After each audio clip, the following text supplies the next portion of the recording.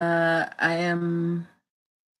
Hey YouTube, how are you? Give me a couple seconds. I just got to start the other apps here. Starting up on Facebook. Okay. Hey Facebook, how are you? Hold on a second. I got to set up my Instagram now. Give me a second. I hope you guys are having a wonderful evening. Yes, I know I'm a few minutes early, but if you know anything about me, I'm an early bird. So here I am. I'm just going to put the title in Instagram and we'll get started. Hey, Instagram. All right, let me put my title in. We've already got YouTube and Facebook going. And then we should be able to get started very soon. Can you trademark your, and as you guys come into the room, just like say hi, let me know where you're joining me from. If you have a business, hi Akron Confetti Company, how are you? Let me know where you're joining me from. And you're obviously a confetti company. All right, let me get my papers together. Make sure all my screens are here. Okay. All right. So let me fix my pants. Akron, thank you so much for joining me. I'm getting started in just a few seconds. I am waiting for 6 on the dot to start my spiel. I started a couple minutes early because I was doing 3 separate screens and I wanted to have everything in order. But thank you so much for joining me. I don't know if you've attended any of my lives before, but we have a good time. All right. So it's just about 6, so I'm going to get started. Welcome, welcome, welcome. Happy Thursday to everybody watching this live, to everybody watching the replay. It's almost Friday. If you don't know who I am, if this is the first time that you ever seen my beautiful face, heard my beautiful voice, I am Natalie Pierre-Lewis. I am the owner and operator of NPL Consulting LLC, a business formation firm. What that means is I help you get your business paperwork together. So things like getting your EIN number, filing your articles of incorporation with the state, helping you get trademarks, making sure you have appropriate contracts, helping you hire employees properly. I help you do all of that stuff. And you might be asking yourself why I am qualified to do all of that stuff. Well, I'm very glad that you asked. I'm qualified because I am a licensed attorney. I've been a licensed attorney for over a decade. I've started multiple businesses for myself and others. I've had my own pet services business. I've had many careers in the realms of law, education, entrepreneurship, hospitality, and administrative support. And most important, I'm very passionate about making business and legal education as accessible to everybody as possible. Not everybody has the time, money, or desire to go to business school or law school, but plenty of people have really great business ideas. And there are certain legal and business concepts that you need to know if you're going to be successful in business. And that's why I'm here. Okay. If you are interested in any of my business formation services or the other cool things that I do, like the ebooks that I write or my podcast where I interview entrepreneurs in unique areas of industry, or anywhere that I will be speaking, or my intellectual property webinar that's happening March 2019, you can check all that out at the link in my bio, /NPL consulting firm, /NPL consulting firm, /NPL consulting firm.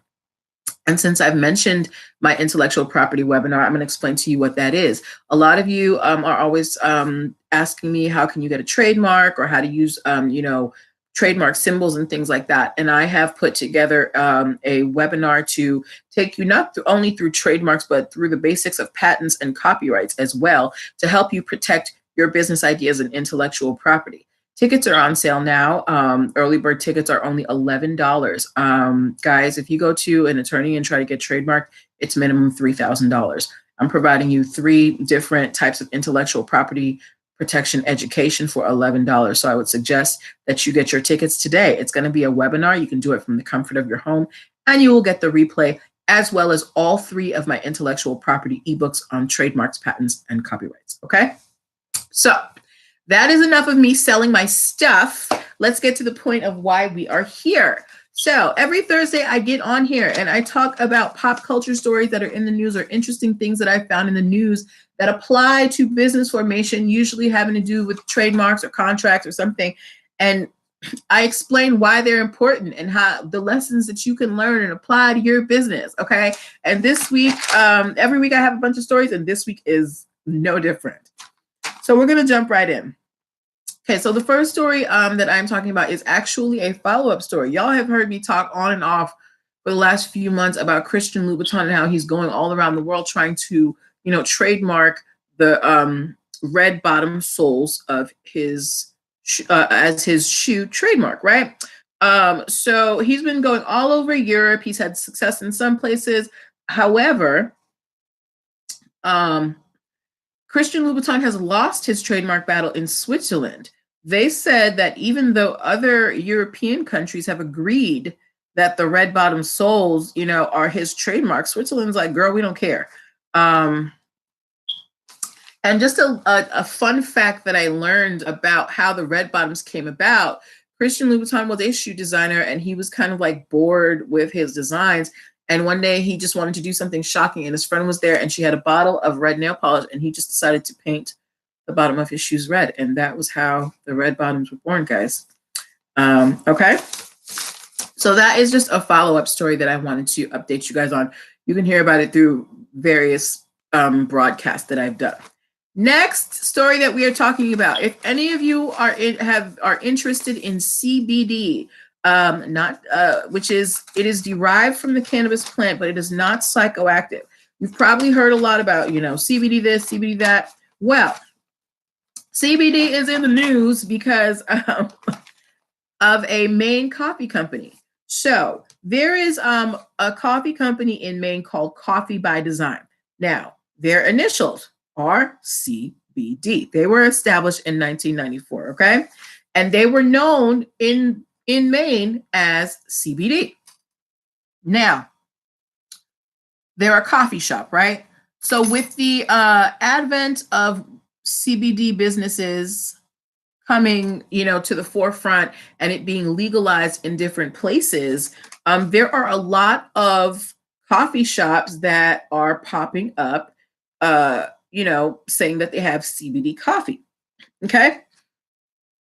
Now, Coffee by Design has a pretty good reputation. They have 4 locations in Maine. They sell wholesale worldwide. So they've got a reputation, right? Once these CBD stores started coming around, there was a lot of confusion because people would come to Coffee by Design, which was nicknamed CBD, and start asking for CBD products. Okay. So not to mention in 2017, the company shortened its name from Coffee by Design to CBD. All right, just CBD. They trademarked the name a few years ago. So now they are basically battling in court, asking the Maine courts to require businesses that put CBD into their products to, instead of saying CBD, coffee or CBD shots, that they have to say that it is CBD extract. So this is where, protecting your name is important. They protected their CBD name early on. So they have standing to go in court and say, hey, we've established our brand as CBD. People all around Maine know us as CBD. They know us as Coffee by Design CBD. So now you newcomer CBD companies, you need to change because we were here first. So instead of you guys saying CBD coffee, you need to start saying CBD extract in the coffee. So that is what Coffee by Design in Maine is asking for in their trademark suit. So I brought this story up to show the power of protecting early, because, you know, if they had never protected their name, they would have no recourse really to go to court and say, hey, this is our name. All right. But with their history and the fact that they had protected it early, it gave them standing. All right. Next story that we are talking about is for all of you Amazon Fire Stick lovers, especially y'all with the jailbroken one. If you have heard of the app Kodi, give me a one. Give me a one if you have heard of the app Kodi for watching stuff.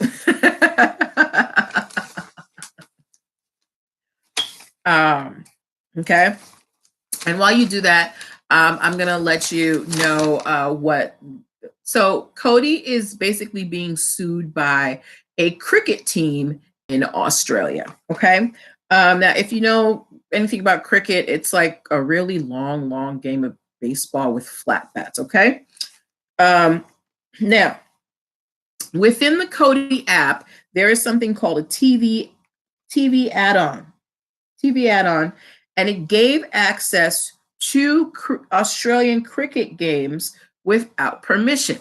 Now, the funny thing is, the Australian Cricket Organization is not suing Kodi for the fact that they're showing their cricket games. What they're objecting to is Kodi and TV add-ons using their trademarks. Hello, Janae49, using their trademarks and logos on their on their app to advertise the program. Janae, you just came in. I was talking about Kodi versus Cricket Australia case. So if you have a jailbroken Amazon Fire Stick, you probably have an app on there called Kodi. And one of Kodi's apps is being sued by a Cricket Australia team not because they're showing their games on the app, but because they're using their logos and trademarks. Okay.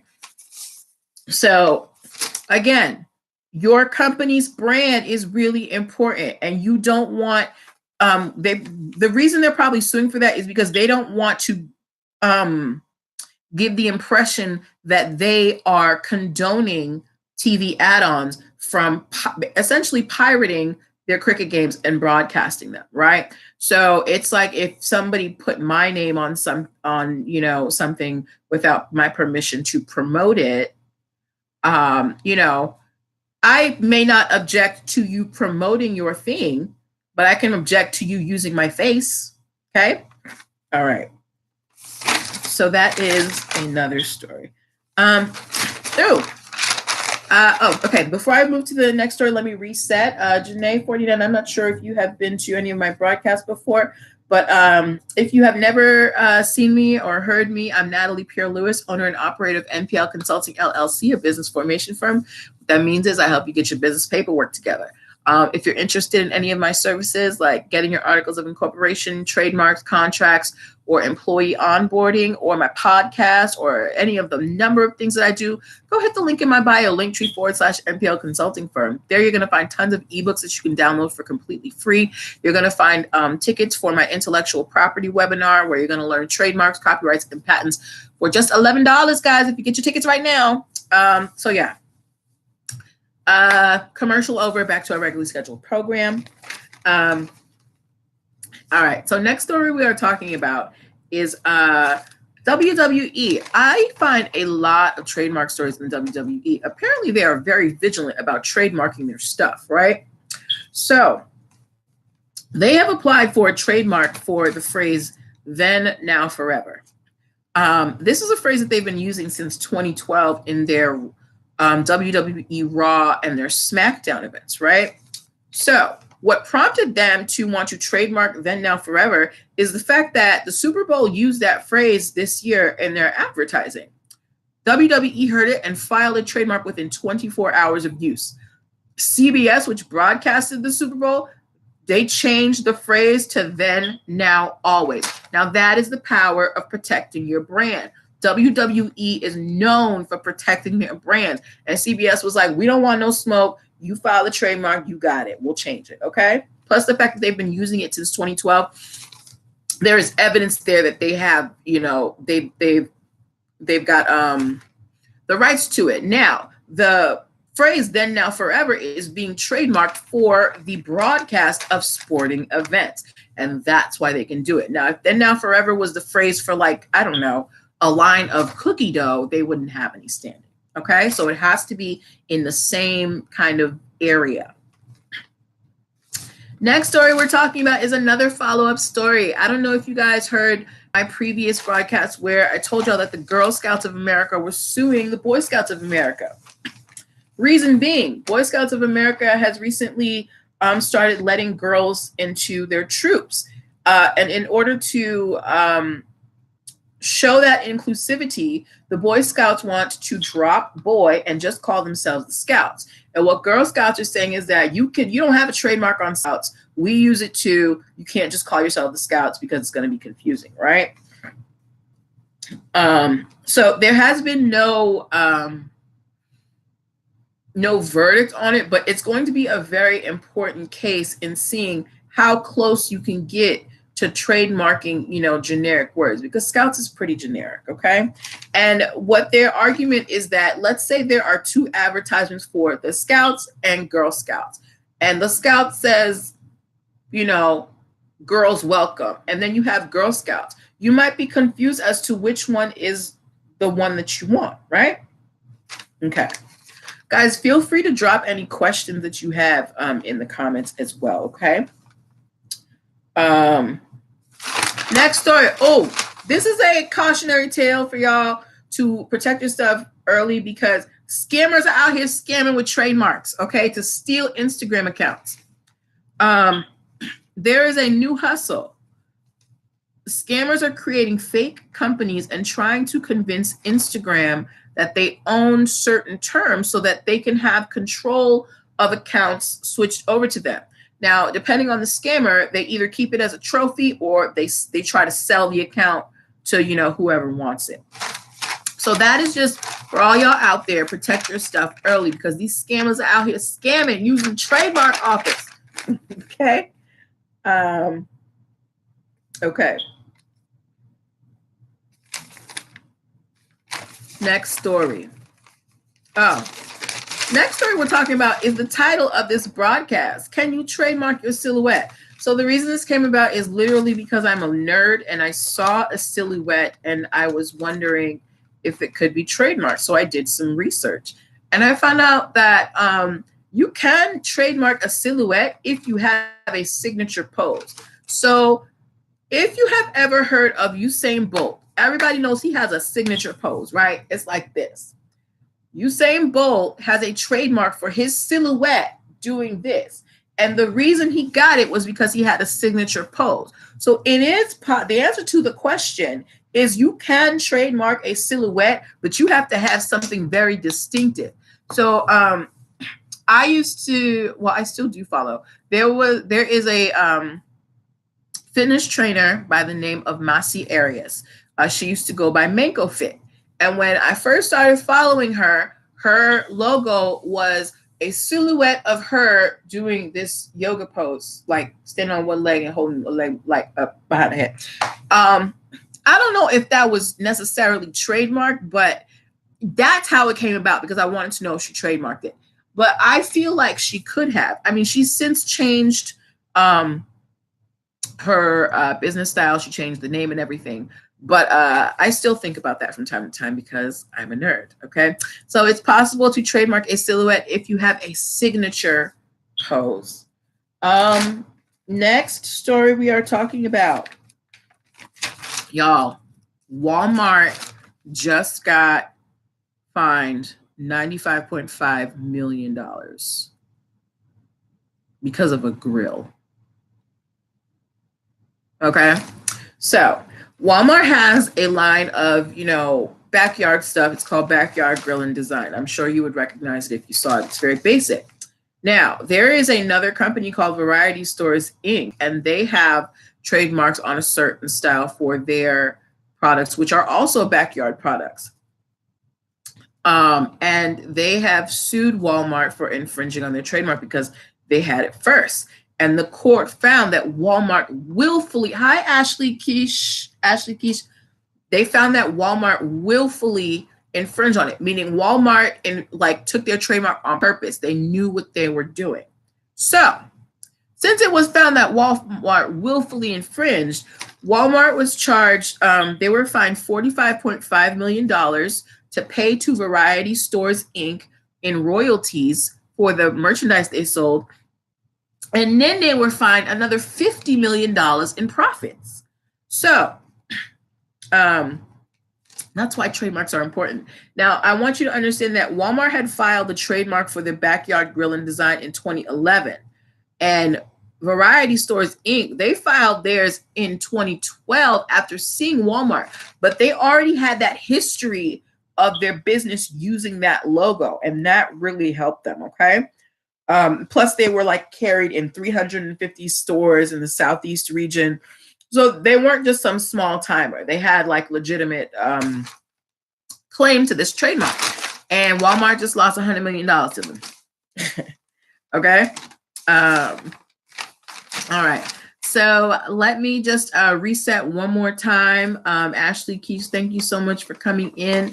Natalie Pierre-Lewis, I'm the business formation boss. I help you get your business off the ground, get your articles of incorporation, your contracts, trademarks, hire employees. If you're interested or need any of those services, hit the link in my bio. I've got free ebooks for you to download. You can set up a free consultation with me. I've got a podcast you can listen to. I have a webinar coming up where you're going to learn trademarks, patents, and copyrights for $11 if you get the tickets now. All right. So go check out the link in my bio and check out my stuff. Okay. So next story we're talking about. Let me make sure I got through all these because I kind of went out of order.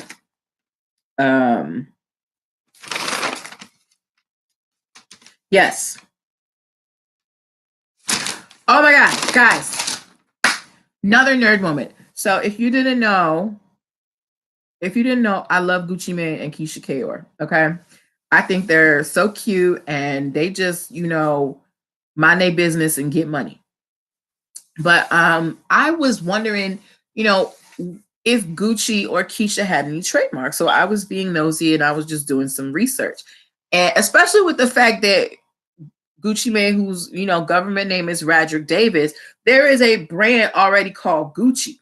And I found tons of articles already where they have discussed the fact that Gucci kind of blurred a line, but because Gucci Mane's lifestyle lines up with the Gucci brand, the opulence and all that, they don't really mind. Plus, Gucci Mane does not affiliate himself with Gucci, the brand, directly. It's done through third parties.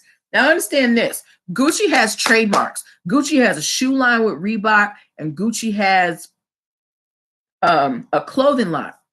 But he can't call them Gucci Mane, right? So the shoe line I found out is with Reebok is called Guwap, and his clothing line is called Delantic, named Delantic. Okay.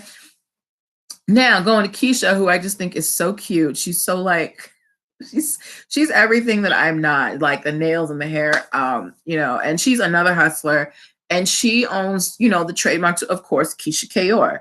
And that's the name of her makeup lines, her fitness stuff, her hair, all that stuff. So Gucci and Keisha get into the money. And I just wanted to bring them up because I think that they are Black excellence. All right. Next story we're talking about is Levi's. If you have ever owned a pair of Levi jeans, now everybody knows that Levi always had that little tab on the pocket, right? It's that red little tab that says Levi's.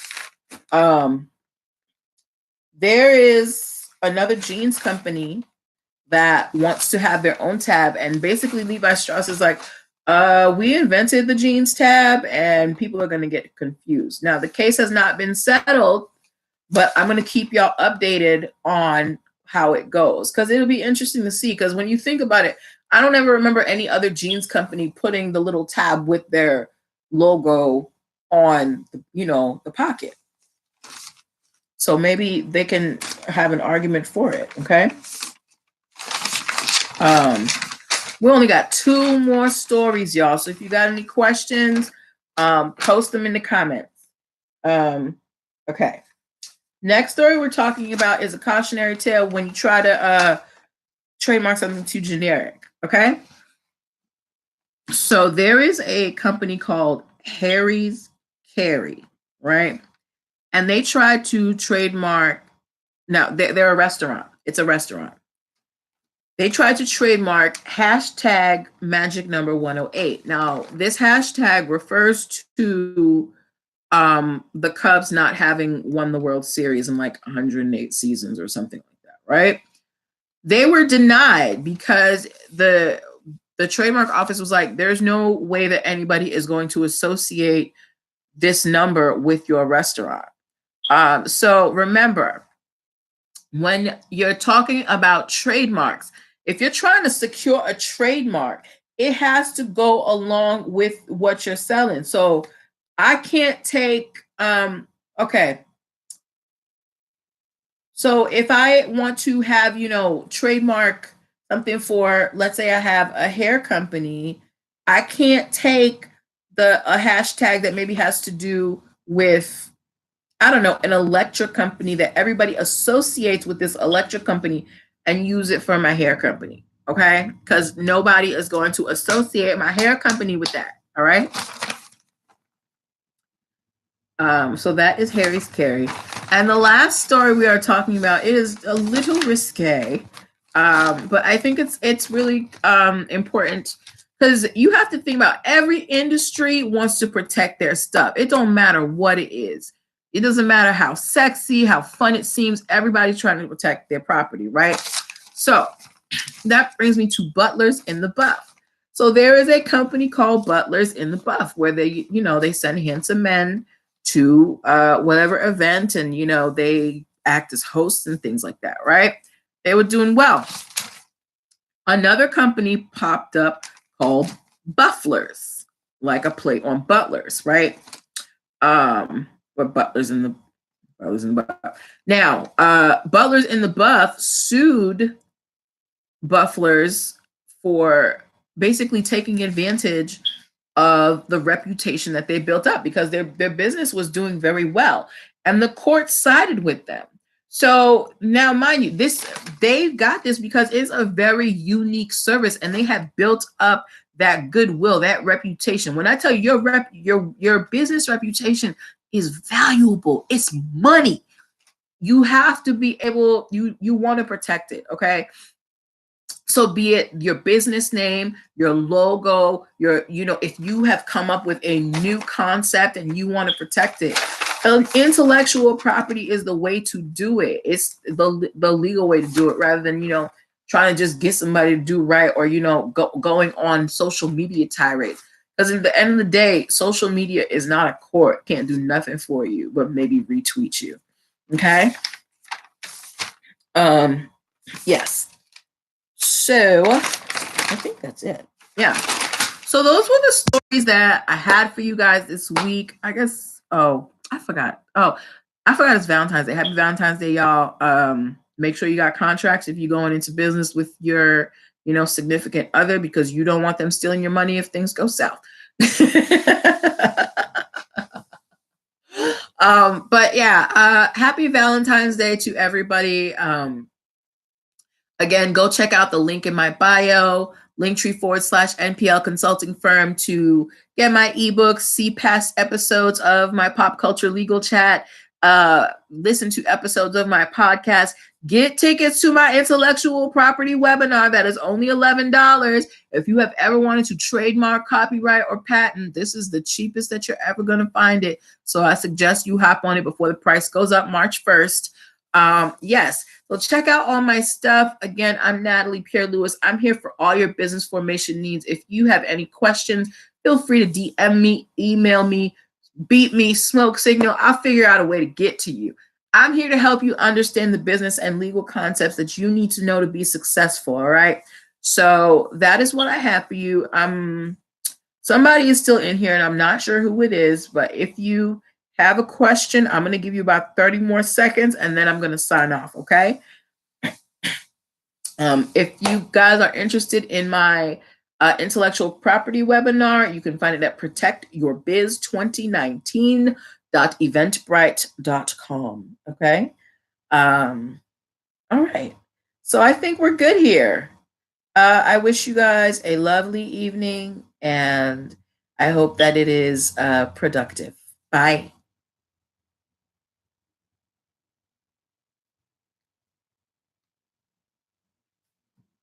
Da, da, da, da.